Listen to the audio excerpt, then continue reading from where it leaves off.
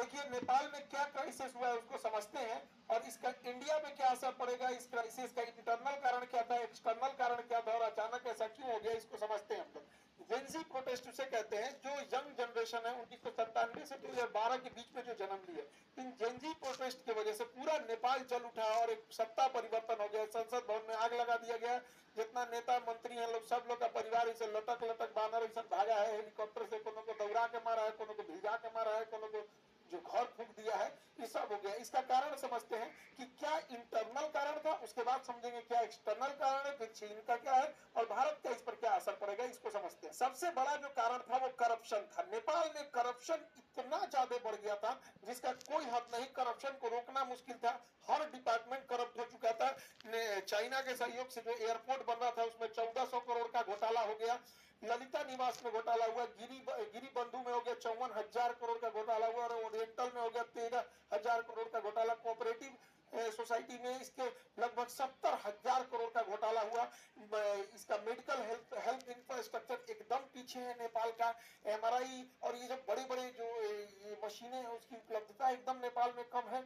Arms deal में Bareta company से जो आर्म्स जिसका दाम था उससे 4 गुना रेट में दलाली में खरीद के लाया सब। पतंजलि को जो जमीन विवाद हो गया पतंजलि से कर लिया सब। यहाँ पर चाय का गोदाम कमर्शियलाइजेशन के लिए बेच दिया। इतना भयानक करप्शन हुआ और जिस कारण महंगाई बढ़ गई, छोटी सी छोटी चीजों के लिए महंगाई इतनी बढ़ गई थी कि बच्चे जो स्टूडेंट थे जो नॉर्मल ग्रेजुएशन करते थे, बीए सीए लोग, इन लोग को अपनी फीस भरने के लिए पार्ट टाइम जॉब करना पड़ गया। इतनी महंगाई बढ़ गई थी और लोग जॉबलेस हो गए थे, और खाली मतलब एक पुरुष का खाली बेरोजगार इंसान बड़ा खराब जिंदगी होती है।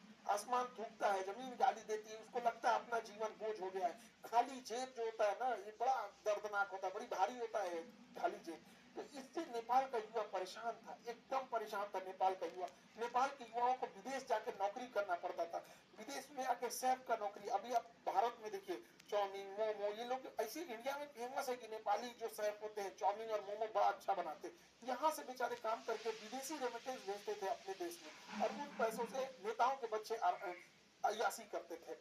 नेपाल की जो यंग जनरेशन थी, सोचिए कितनी मुसीबत में होगी कि युद्ध के दौरान वो लोग यूक्रेन से लड़ने के लिए रसिया में भर्ती हो गए, और रूस ने उन्हें 20-25 दिन की ट्रेनिंग दिया, हथियार थमा के भेज दिया यूक्रेन से लड़ने के लिए, और वहां वो लोग शहीद हो गए हैं, उनका घर परिवार उजड़ गया। इतना भयानक वहां बेरोजगारी का आलम था। अब इनमें होता क्या है, वहां पर जैसे 2008 में राजतंत्र, राजा को हटा के लोकतंत्र जब बना था, तो यहाँ कुछ ही पार्टियों का दबदबा था। नेपाली कम्युनिस्ट पार्टी हो गया, नेपाली कांग्रेस हो गया, यहाँ पे जनता संवादी पार्टी हो गया, इंडिपेंडेंट हो गया, सब ये कई थे सब यहाँ पे। लेकिन ये तीन लोगों देखिए ये आदला बदली करते रहते थे सब। पहले ओली बना 18 में, फिर देउवा बना 21 में, फिर प्रचंड बना 22 में, फिर अगुआ बन गया 24 में। ऐसे ऐसे हो रहा था नेपाल में, ऐसे यहाँ से यहाँ, इस तरह से इन लोग का सत्ता परिवर्तन मैंने पारा पारी खेल रहा है, एक बारी हम एक बारी तुम एक बारी हम। यहाँ पे जनता परेशान हो गई, सारा गठबंधन कर ले रहा था सब, कब किससे गठबंधन कर लेगा पता ही नहीं चलेगा, फिर उसको गरियाएगा उसको गरियाएगा, फिर गठबंधन करके सरकार बना लेगा। तो इससे पूरी पब्लिक परेशान हो गई थी। और इनके भैया सबसे बड़का कारण ये नमूने बने हैं सब, नेताओं के बच्चे इतने बेवकूफी किया है सब, जाके टिकटॉक पर इंस्टाग्राम पर अपनी लग्जरी लाइफ जीने लगे सब, विदेश में घूमने लगे सब, पार्टी कर रहा है सब। यहाँ देखिए ये कहाँ घूम रहा है, यहाँ पर संतरा अंडरवियर पहनने की पैंट पहनने पते नहीं चल रहा है यहाँ पे, ये कोनो पे होगवे करेगी, यही सब नौटंकी किया जाएगा। देखिए इन्हीं सबको देख देख के पब्लिक पगला गई कि जो हम लोग को खाए को नहीं है, इन सब का इतना बड़का बंगला, इतनी बड़ी होटल, आग लगा दिया सब। हर देखिए लुई विटॉन का, गुची का, ये सब खरीदा है। लुई विटॉन का एक मफलर आता है 60,000 रुपए का, 3-3 लाख का कपड़ा आता है लुई विटॉन का। पूरा सजले है इस लुई विटॉन से। हैरी पॉटर अब्बा गईलो तो लगा के इसी सबको पीटा आते के बाप को दौड़ा दौड़ा मारा है बेचारा के। और दिखावा हैरी पॉटर यहाँ देखा यहाँ पे तोरा अब्बा पिता के भागा है यहाँ पे, इसी सब के वजह से हुआ है। अब होगा क्यों नहीं, नेपाल की पब्लिक की हालत ऐसे है, नेपाल की पब्लिक इस तरह से। आप इनको देखिए, भारत के नेताओं से सीखना चाहिए नेपाल के नेताओं को। भारत के नेताओं का दो चाल समझिए, इनके बच्चे कहाँ पढ़ रहे हैं ये बताते ही नहीं है, और ये अपने बच्चे को कहते हैं कि बबुआ तो मर्सिडीज में घूम, कि ऑडी में घूम, BMW में घूम, लेकिन फोटो मत खींचो। फोटो नहीं खिंचाना है, फेसबुक पे नहीं डालना है, गरीब बन के रहना है। एक दिल्ली में एक नेता से हमसे मिले थे उनके लड़का, तो कहा सर एक फोटो है क्या? हाँ हाँ। तो ऐसे कहा कि रुकिए सर, शर्टवा मोड़ लेते हैं, रोलेक्स की घड़ी है, दिख जाएगा तो पब्लिक क्या कहेगी।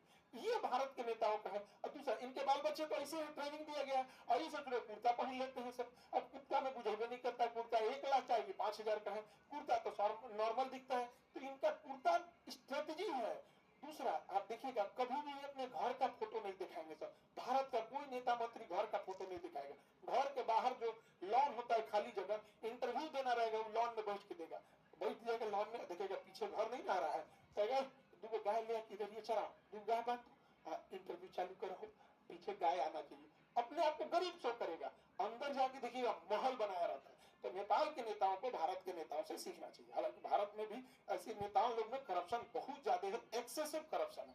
तो नेपाल के एक नेताओं के बाल बच्चे, इन्हें नेपो किड्स या नेपो बेबी बोला जाता था इन सबको, बकलोलवान सब, यह सब नाच दिया। तो ये नेताओं के लोगों की लग्जरी लाइफ थी, और ये नेपाल के गरीब लोगों की थी। सोशल मीडिया पे इन नेताओं के इस रवैये को लोगों ने बढ़ चढ़ कर शेयर किया कि इन्होंने करप्शन के पैसे से विदेश में पढ़ रहे हैं, विदेश में घूम रहे हैं, विदेश में पार्टी कर रहे हैं, इनका ये इतना बढ़िया बढ़िया मकान है यहाँ पे। तो सोशल मीडिया पे ट्रेंड होने लगा, सोशल मीडिया इस पर तूल पकड़ने लगा, लोग बोलने लगे सोशल मीडिया पे। अब नेपाली सरकार ने सोशल मीडिया वालों से कहा कि आप इस पे ग्रीवांस ऑफिसर नियुक्त करो। इन्होंने नहीं नियुक्त किया तो 1 हफ्ता का वार्निंग दिया, नहीं पूरा किए तो इस सब ने बैन कर दिया।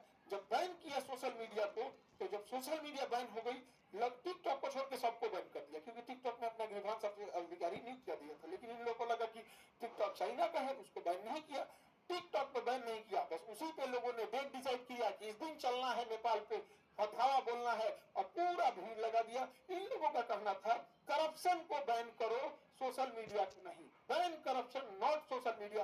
क्योंकि सोशल मीडिया को बैन क्यों करेंगे? क्योंकि ये यंग जनरेशन है, स्टूडेंट है, स्टूडेंट्स बेचारे प्रोटेस्ट करने आए थे, एक बड़ी संख्या में स्टूडेंट प्रोटेस्ट करने आए थे। उनका कहना है कि भैया सोशल मीडिया केवल रील देखने के लिए थोड़ी है। इस सोशल मीडिया पे वीडियो कॉन्फ्रेंसिंग होती है, बहुत सारी मीटिंग हो जाती है, बहुत सारे बिजनेस सोशल मीडिया पे चलते हैं, मार्केटिंग होती है, इस पे एडवर्टाइजमेंट चलते रहते हैं। आजकल नेपाल में बहुत सारे लोग विदेश में काम करते हैं, तो विदेश में नॉर्मल नंबर नहीं लगता है, तो लोग व्हाट्सएप कॉल कर लेते हैं, ये इसमें दिक्कत आने लगा। बहुत सारे लोग नेपाल में क्लास करते हैं, उनका भी वहाँ के टीचर होंगे लोग, वो लोग पढ़ाते होंगे अपना अपना वहाँ पे, तो सारी चीजें बाधित हो गई। इसी को लेकर प्रोटेस्ट हो गया। प्रोटेस्ट बहुत बड़ी संख्या में था। यहाँ पे अगर ध्यान देंगे तो यहाँ पुलिस इनको रोक रही थी, तब तक ससुरा किसी ने आदेश दिया ऊपर से प्रधानमंत्री के यहाँ से कि इनको गोली मारो। और जानते हैं इन्होंने क्या किया? एकदम माथा पे गोली मारे इन बच्चों को, स्कूल यूनिफॉर्म पे माथा पे गोली मारा।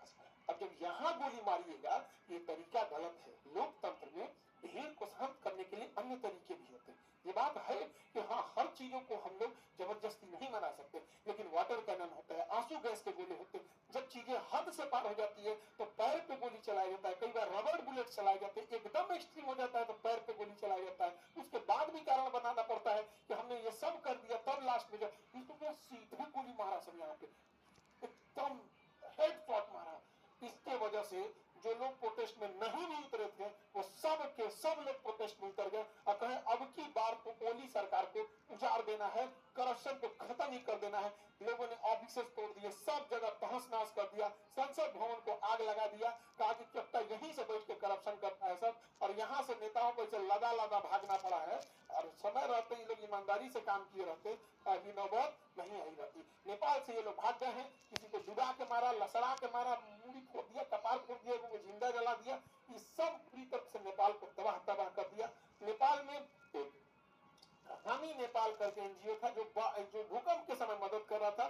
सूडान गुरुंग इसको नेतृत्व कर रहे थे, और इधर एक काठमांडू का मेयर बालेन शाह, ये लोग इसको एक तरह से लीड कर रहे थे।